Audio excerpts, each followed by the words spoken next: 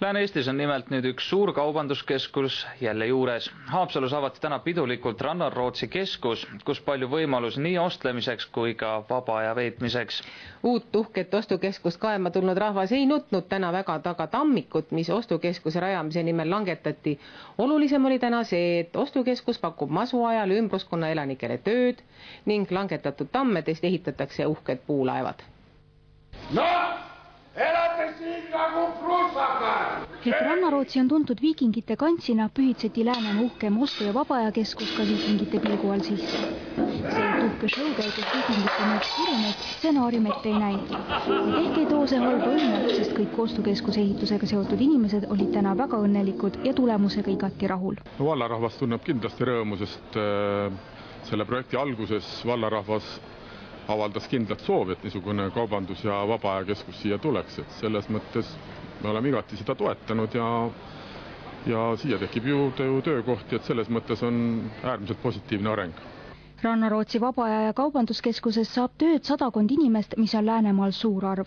Keskuse avapeal tuli kõneaineks ka vana ja väärikas tammik, mis osaliselt keskuse loomisel ohvriks toodi. See asukoht on tegelikult logistiliselt ideaalne asukoht, et kaubanduskeskusi tahetakse alati teha linnast väljuvale suunale paremale poole teed ja antud hetkel ta seda ka on. Esialgu oli päris palju poleemikat selle üle, et kas teha ja kuidas teha, et kokku sai lepitud, et osad puud jäid alles ja neid on ka täna säilitatud, et need puud, mis maha võeti, nendest ehitatakse uusi laevu loodetavasti.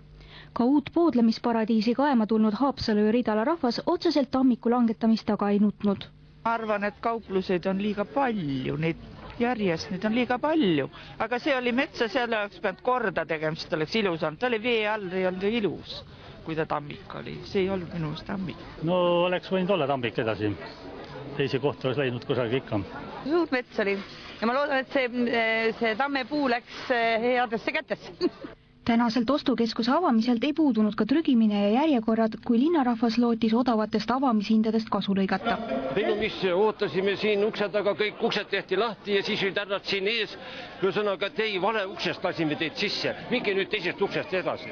Minge praegu välja ja siis lähete uuesti teisest uksest sisse. Näete, seal on selline kari rahvast. Nüüd see punt peab uuesti minema sinna ukse taha. Mis siis siin viga on, ma ei saa aru. Iga uus on alati huvitav ja rahvas loodab ikka, et saaks natukene odavamat. Ostukeskuse juhtkond loodab, et läänemaalased võtavad keskuse omaks ka kui vaba aja veetmise koha. Kas sellest võib noortele saada samasugune hängimispaik nagu Viru keskus ja Solaris on pealinna noortele? Noori me kindlasti ära ei hakka ajama, need on kõik see teretulnud ja samuti meil see aatriumi osa on, kus me kindlasti plaanime ka tulevikus kõik võimaliku ürituse ka linnarahvale. Kas tänasest päevast alates on kohtumiskoht Rannarootsi keskustel? Enam-vähem me tulimegi selle jaoks siia. Rannarootsi keskuses on ligi 8000 ruutmeetrit kaubanduspinda, rentnikke mahub siia üle 40.